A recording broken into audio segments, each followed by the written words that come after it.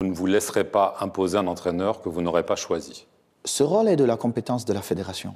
Et ce n'est pas une polémique.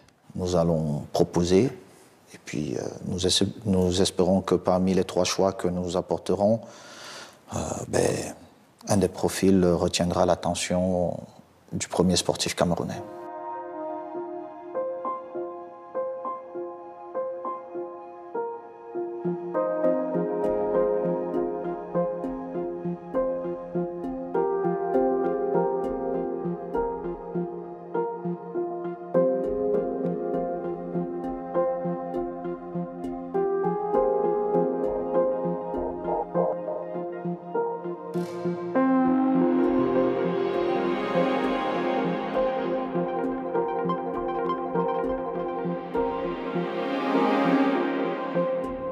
Le 12 mars, la FECAFOOT a communiqué à la présidence de la République, à travers le ministère des Sports, une liste de 3 noms.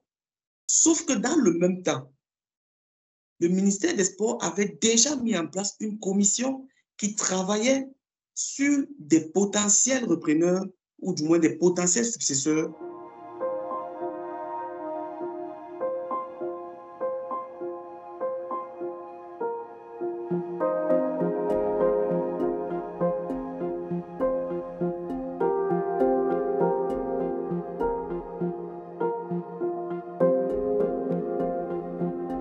Les tensions entre les ministres des Sports et les présidents de la Fédération de football ont toujours existé depuis que le Cameroun a fait de l'équipe nationale du foot la pierre angulaire de sa diplomatie. Le ministre, il faut le rappeler, a milité pour que Rigobert ne prenne pas les rênes de cette équipe.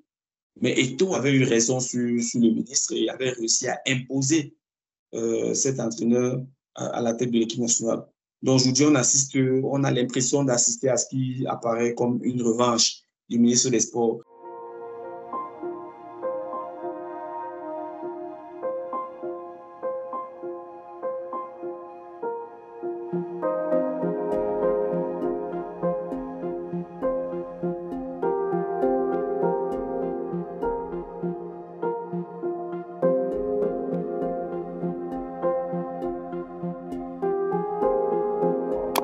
Je sais l'importance que vous accordez au football.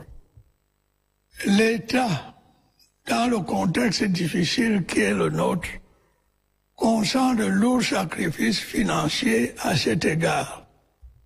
Il est donc en droit d'exiger une meilleure organisation et de meilleurs résultats. Le ministère en charge des sports ont reçu des instructions claires sur le sujet.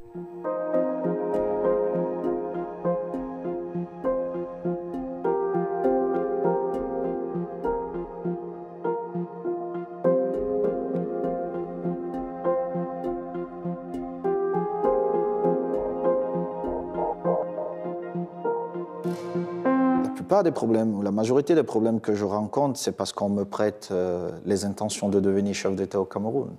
Je ne vais pas dire qu'on se trompe, parce que je n'ai jamais eu une idée, ça n'a jamais traversé mon esprit, donc je ne peux pas faire de commentaires.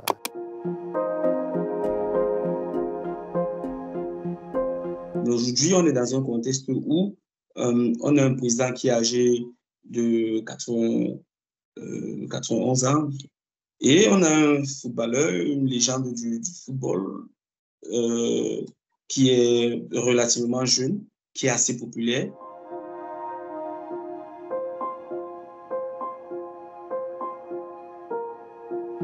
Il n'y a toujours pas eu de contre-nomination, si on peut le dire ainsi, ce qui laisse croire que le président de la FECAFOOT, à son niveau, a mis un peu d'eau dans son vin et il est bien possible que dans les prochains jours, il y ait une conciliation entre les deux parties.